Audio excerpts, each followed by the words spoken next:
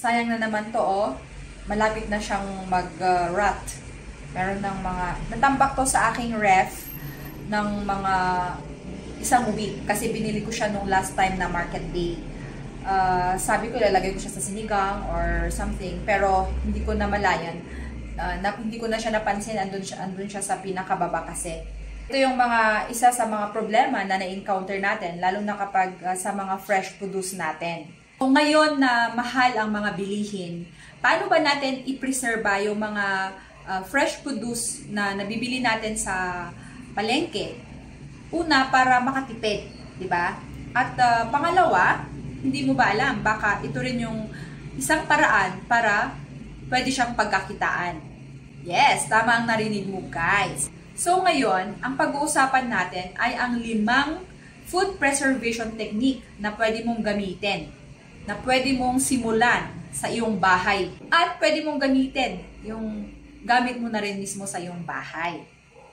Ayan, ready na ba kayo, guys? Ayan, kung gusto mong makatipid, maiwasan ang sayang, karoon ng small business sa iyong kitchen, then this video is for you.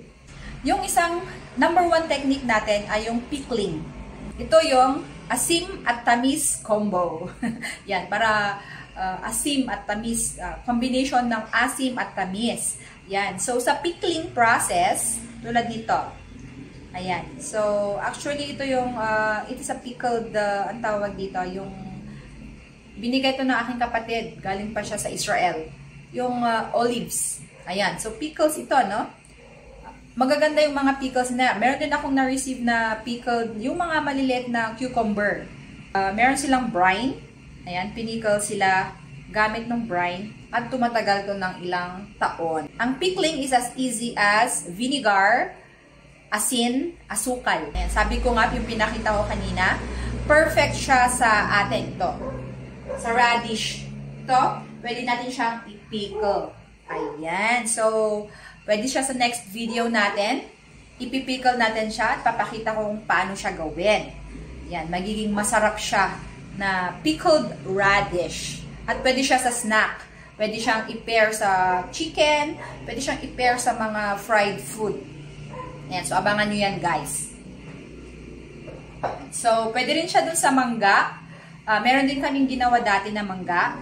Yan, actually, binenta pa nga namin. Pickled mango. And, di ba yung green sili, masarap din siyang i-pickle. Actually, baka marami pa kayong alam. So, pwede nyo rin siyang i-comment down kung ano pa yung pwede. Marami pa tayong pwedeng i-pickle. So, sa next episodes natin, pwede natin i-share yung ating recipe doon sa pickled radish. Yeah, inspired by a Korean recipe. At yung iba is yung sa pickled mango. Kung marami pa tayong time, no? Pwede. Mga pickled mango, ano pa ba? Yung atsara, yung papaya. Yan yung sikat sa atin, di ba? Actually, sa bawang. Nag-pickle din ako dati ng bawang. Kasi, ang family, may family din kami sa mga high blood, ano. And, nag-try din ako mag-pickle ng bawang. Pwede rin natin siyang gawin one of these days. Yan po yung pickling process, guys. So, kapag nag-pickle kayo, guys, of course, kailangan natin ng jars, pickling jars. Yan. First, gagamit kayo ng clean jars at maglagay din kayo ng label or dates. Yung pangalawang technique ay ang drying or dehydrating. Sa drying naman, tatanggalin yung moisture ng pagkain at ipipreserve niya yon. So, yun yung ating ginagawa, guys. So, meron ako ipapakita sa inyo. Of course, alam nyo na yung aming product. It's yung lemon. Dinidehydrate natin yung mga fruits and lemon using a machine, a dehydrating machine. Yan. So, may pang commercial at meron din pang household. Yan. So, sa akin, sa bahay, dahil nga nagbibuild tayo ng pantry, yung asawa ko is pumupunta usually sa bundok. So, meron siyang kinukuhang mga wild mushroom. At gamit ng dehydrator or drying machine, ayan, from fresh na wild mushroom, pre-serve natin siya, drenay natin siya. Maganda siya for soup. Yan. For dehydrating, of course, kung meron kayong dehydrator, Ang dehydrator, meron kayong makukuhang household online na actually. Galing siya sa, meron nang nabibili actually mga worth, mga 1,000 and below actually. Mga 1,000 and below worth na dehydrating machine. Pwede nyo siyang gamitin. For household siya guys ha, hindi siya pang commercial. May iba kasing machine for commercial. Yes. And pwede nyo i-dry yung mga mushroom, malunggay. Meron akong dried malunggay dito. O diba, hindi organized yung akin. Yan. Ito. Ating dried malunggay, ginagarnish ko siya sa ating soup. Yan. Kahit anong soup, minsan diba wala tayong gulay. So, ilagay natin yung ating mga dried malunggay. Ito naman, kapag nag-crave tayo ng masarap na soup, yung mga exotic soup, ganon, lagay natin with carne or with beans. Ito yung gagamitin natin. Ito yung dehydrating process. Ayan. So, kung wala kayong machine, pwede kayong mag-start sa isang 5-layer na small dehydrator machine. Like this.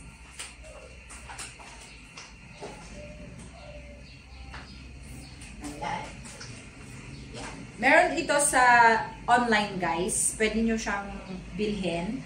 Mura lang, actually meron kayong mabibiling mga 1K and below. Binili ko siya sa Lazada dati. Nakasale siya 2,000 plus.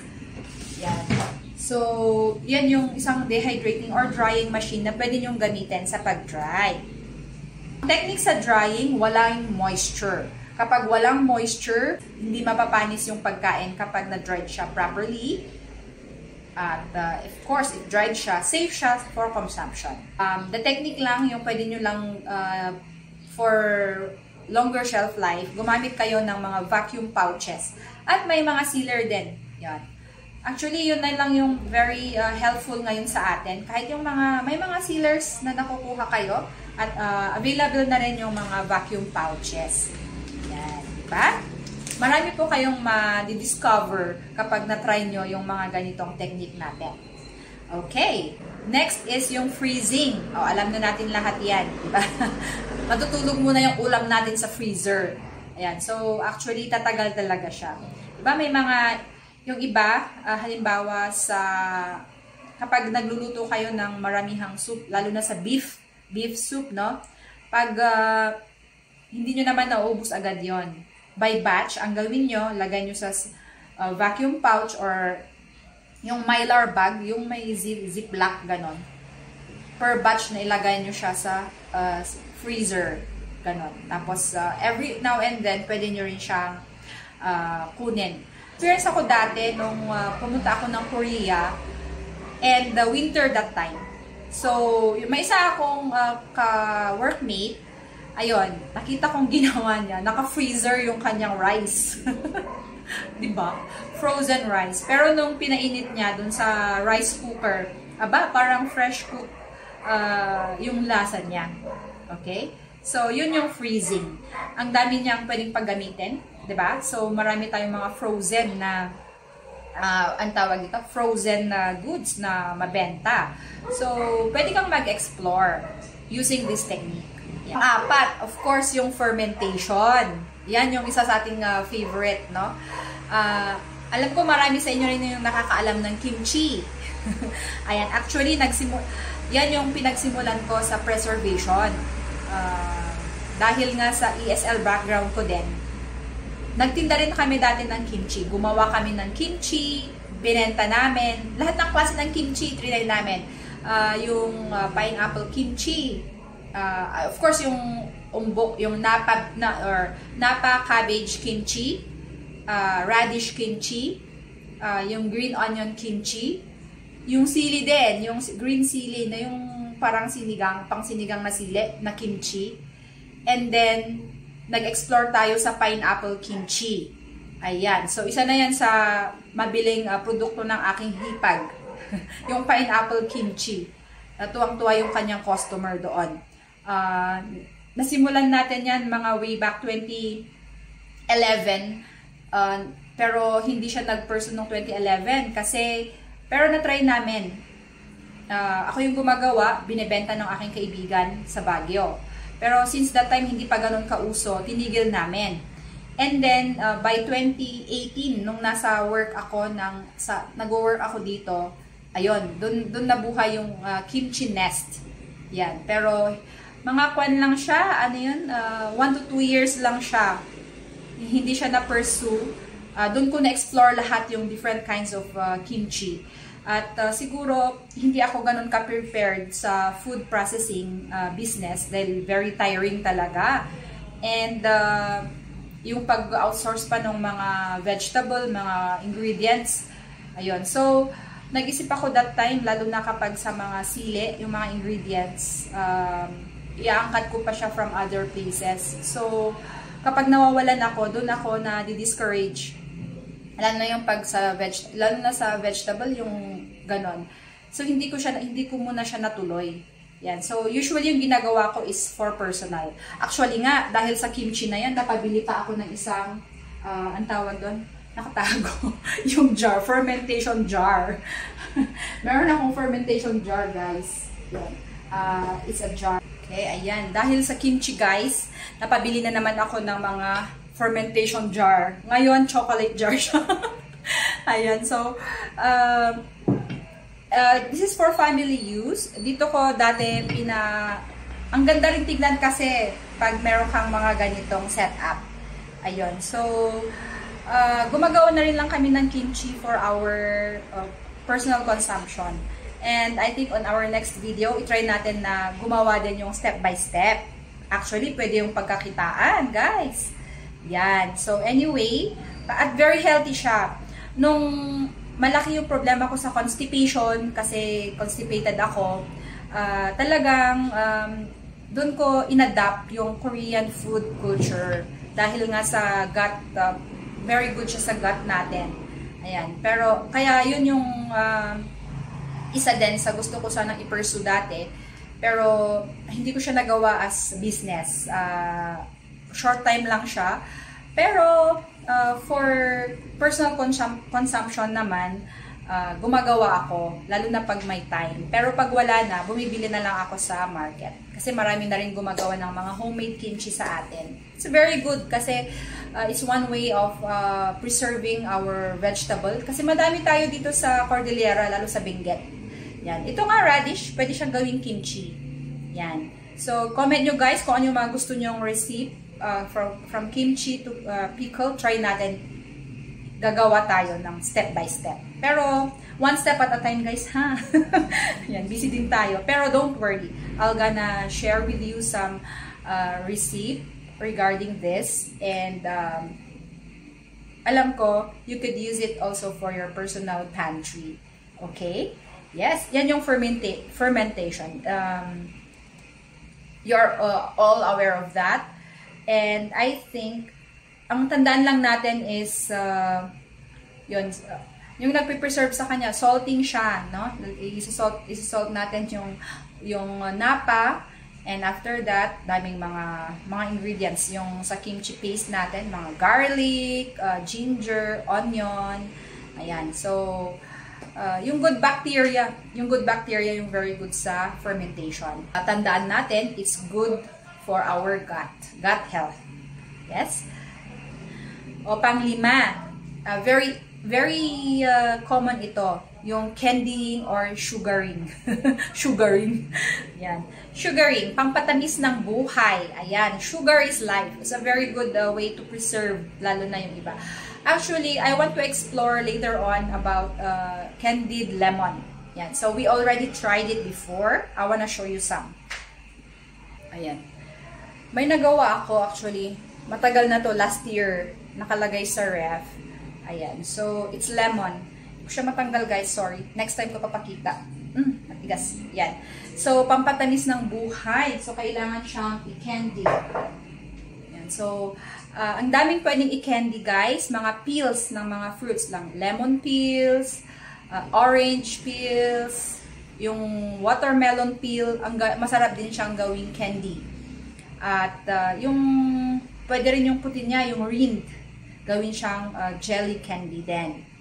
Yan. So, ano pa ba? Ang daming pwedeng i-candy and alam natin yung process na to, di ba? So, you can make it also yung mga jam. jam. Yan. So, i-recap natin yung mga 5 food preservation technique. Yung pickling. Pangalawa is yung drying. Ano pa ba? Freezing.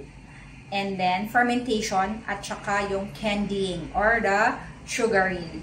Yes. So, one of these days, I know that matatakal natin lahat yung mga yan. Makakapagbigay tayo ng mga videos natin or recipe regarding those 5 preservation techniques.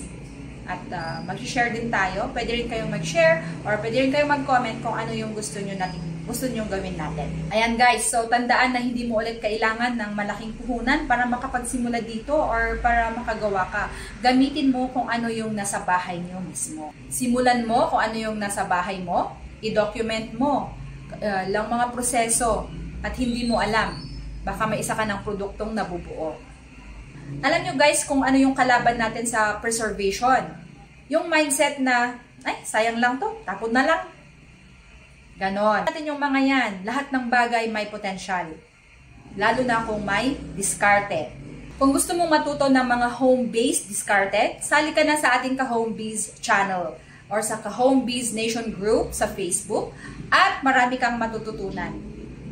I-follow mo kami para sa susunod, may mga recipe na tayo na i-upload. Tandaan, ang preservation ay hindi lang sa pagkain. Pati rin actually sa mga pangarap mo, pwede rin nating i-preserve para ito'y maging totoo. Kaya laban lang ka-homebiz. Palike naman ng video na to, paki-comment yung favorite na technique nyo, share mo na rin sa mga friend mo na laging may nasasayang sa ref. At of course, subscribe sa ating ka-homebiz channel. Thank you for watching guys!